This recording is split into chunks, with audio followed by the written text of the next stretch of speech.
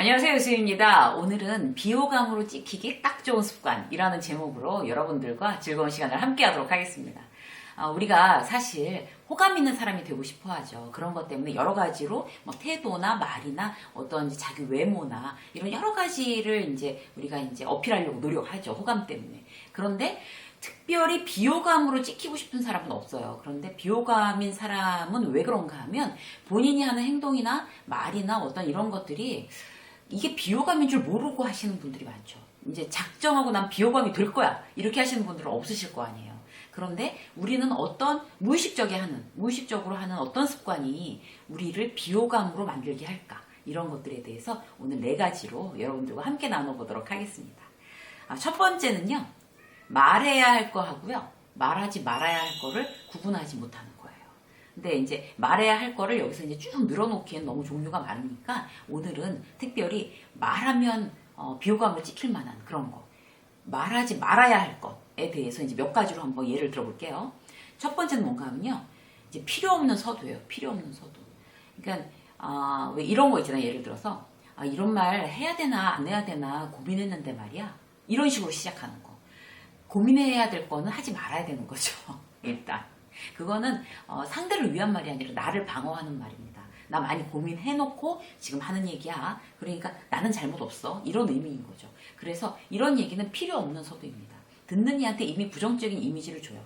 해야 되나 말아야 되나 고민한 얘기가 나한테 대한 뭐 칭찬이나 굉장히 굿 뉴스이나 이거나 그럴 리는 없는 거잖아요. 그래서 뭔가 좀 기분 나쁜 얘기를 하려나 보다 라고 이제 이미 듣고 시작을 하는 거기 때문에 이미 기분이 상하는 거죠. 그래서 이런 건 정말 필요 없는 서두라고 할 수도 있고요. 또 다른 필요 없는 서두를 이제 말씀을 드려보면 내가 이렇게까지는 말 안 하려고 했는데 말이야. 이런 거 있잖아요. 이런 것도 필요 없는 서두입니다.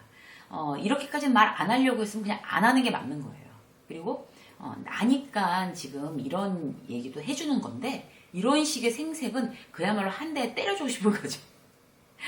나니까 이런 얘기도 해주는 건데 이런 얘기도 또 필요 없는 서두입니다. 그리고 기분 나쁘게 생각하지 말고 들어. 이런 거. 이미 기분 나빠져요. 이미. 그리고 다 너를 위해서 하는 얘기야. 나를 위해서 하는 얘기가 과연 그런 부정적인 얘기가 정말 진심으로 부정적인 쓴 얘기, 막 아픈 얘기가 정말 나를 위해서 하는 어떤 그런 사람은 정말 내 인생에 몇 명 안 됩니다. 사실. 그래서 이런 얘기, 다 너를 위해서 하는 얘기라는 거를 생색낼 필요도 없고 이것도 쓸데없는 서두라고 할 수 있습니다.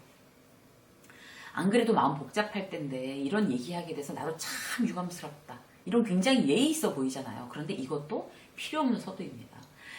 일단 이런 서두는 다 말하지 않는 편이 나은 서두, 그리고 나를 합리화시키거나 어떤 내가 뭐 좋은 사람으로 보이려고 그냥 쓸데없이 상대와 관계없이 한마디 하는 서두, 어떤 이런 느낌이 되기가 쉬운 거죠. 그리고 이제 뭐 예를 들어서 이런 거 있잖아요. 인사고과가 너무 안 좋다. 라거나, 그리고 또 이 사람을 좌천의 어떤 의미로 굉장히 좀 한직으로 이제 발령을 내야 된다, 회사에서. 이런 경우에, 뭐 징계를 받게 됐다거나, 이렇게 됐을 경우에 이제 지금, 제가 말씀드린 어떤 그런 서두를, 대놓고 얘기하기가 나도 참 민망하니까 그런 쓸데없는 서두를 붙이는 경우들이 많습니다. 근데 그럴 때는 그렇게 이제 그야말로 나쁜 뉴스를 전해야 할 때는 그냥 담백하게 그 사실 그대로를 팩트만 가지고 얘기하는 것이 훨씬 더 듣는 사람이 차라리 낫다라는 것이 어떤 이제 기본이고요.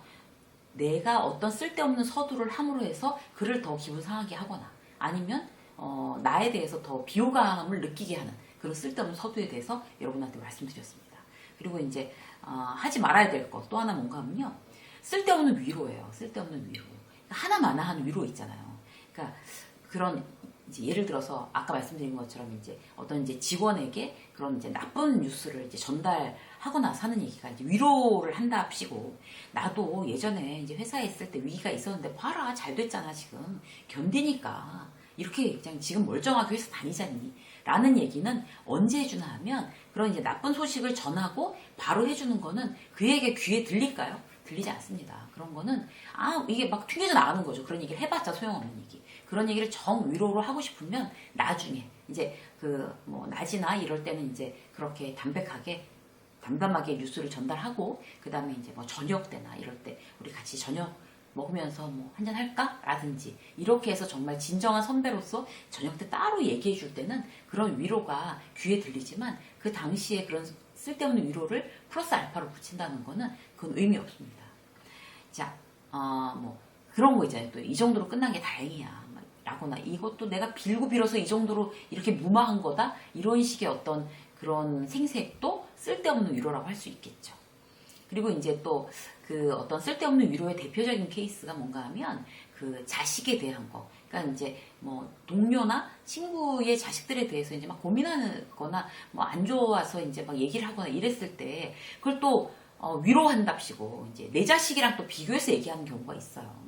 우리 애는 그러니까 막 예를 들어서 이제 대학을 이제 뭐 얘가 지금 원하는 대학을 제대로 못 가고 실패했는데 뭐 또 실패했다 뭐 이런 어떤 경우가 생기면 부모 심정이 어떻겠어요? 굉장히 안 좋겠죠. 근데 거기다 대고 우리 애는 그보다 안 좋은 대학 가서 건강하게 잘만 다닌다. 이런 거 절대 위로 안 되고요. 거꾸로 뭐 우리 애는 그것보다 훨씬 더 좋은 대학교 다녔지만 그래서 좋은 일이 뭐가 있냐? 지 밖에 모르는데 철없는 거 마찬가지야. 이런 거 정말 그 불난집하고 부채질하는 거고요.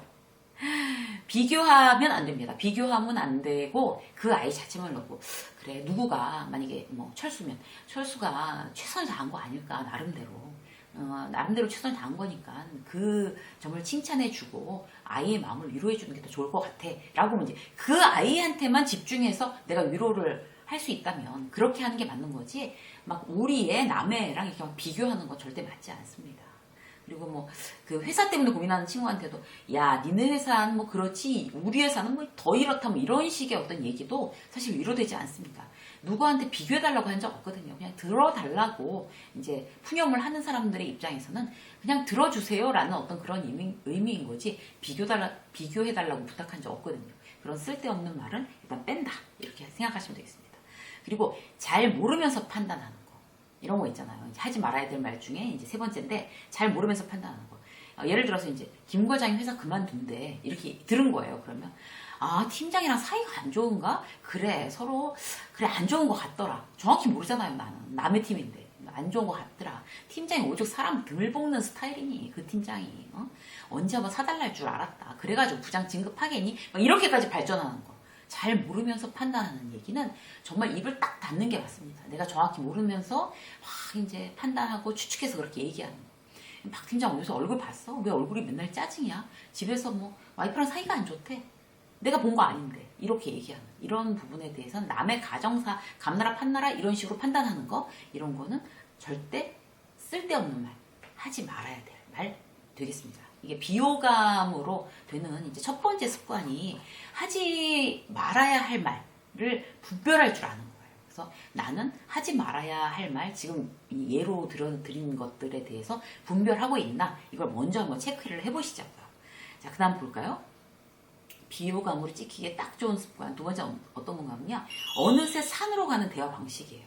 왜 우리가 친구도 그렇고 직장 동료들도 그렇고 일단 분명히 A로 시작을 했는데 얘기를 하다 보면 B, C, D 막 이렇게 되는 경우가 있잖아요.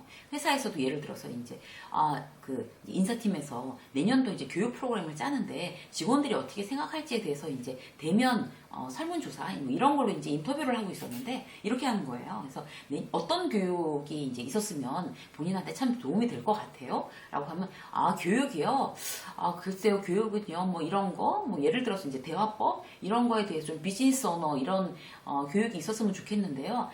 그게 또 말은 그렇죠. 사실 영업을 하다 보면 말이죠. 이러면서 갑자기 영업 얘기를 하다가 그 다음에 막 그래서요 그 영업하는 김 과장님은요 사실 제가 들었는데요. 막 이렇게 하면서 그 다른 직원의 막 사생활까지 이렇게 건너 얘기가 막 옆길로 주로 새는 사람들이 많아요. 그런 사람들은 사실 같이 얘기하기에 특별히 좋은 사람 아닙니다. 비호감으로 찍히기 쉽죠. 그리고 더 중요한 건 뭔가 하면 그런 사람들은 스마트해 보이지 않아요.